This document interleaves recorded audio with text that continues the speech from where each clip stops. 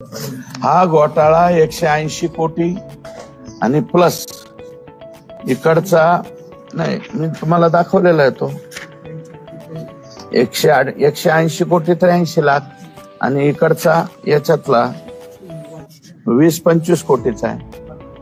नाही 25 कोटी 180 कोटीचा इकडचा आणि इकडचा 100 कोटीचा आणि बॅगचा 25 कोटीचा, असं जवळजवळ 200 आणि हा 100 300 कोटी रुपयापर्यंत भ्रष्टाचार जातो. हा 300 कोटी जातो. मी पीडीएफ देतो ना, मी तुम्हाला सगळ्या मीडियाला देतो, त्याच्यानंतर प्रिंट मीडियाला बी देतो.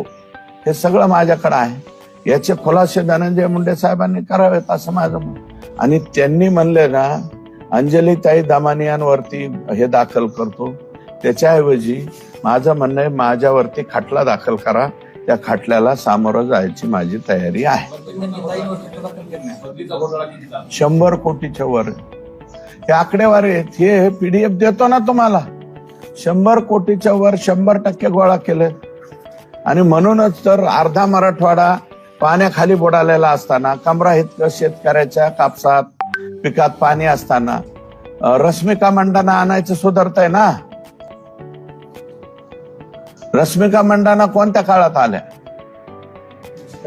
अरे अख्खा मराठवाडा पाण्याखाली बुडाला होता. हिंगोली गेलं, परभणी गेली, बीड गेलं निमार्ध म्हणजे पलीकडचा पाठ, संभाजीनगर गेलं, जालना गेलं, नांदेड गेलं पाण्याखाली, सगळा धाराशिव गेलता, लातूर गेलता. हाहाकार उडाला. या हाहाकाराच्या काळात तुम्ही रश्मिका मंडानांना आणू नये असं माझं मत नाही, पण कोणत्या काळात आणता? कृषी मंत्री महोदय, तुमचं स्वतःचं लक्ष कुठं होतं? सगळेजण सगळीकडून दाखवत होते ना मीडियावरती, सगळा मराठवाडा पाण्याखाली गेलाय, सगळ्याचं वाटोळ झालंय, आमचं झालंय, तमकं झालं. त्या काळात तुम्हाला रश्मिका मंडानाचा कार्यक्रम आठवतो म्हणल्यावर मग सांगायचं काय? तुमचं नेमकं चाललंय काय?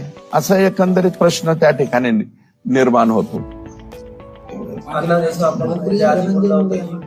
पालकमंत्री पद ते भाड्याने देण्यात आलं होतं, तसं शेवटचं जे पान वाचलंय याच्यावरून तुम्ही समजायचं की यांचं कृषी मंत्रीपद सुद्धा भाड्याने आकांकडेच दिलेलं होतं.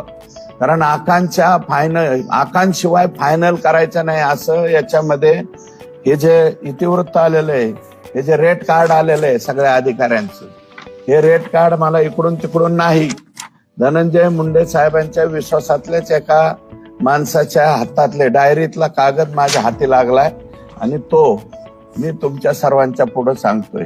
हे लिहिलंय कोणी त्यांचं आणि याची सुद्धा पीडीएफ देतो मी तुमच्याकडे. हे टाका.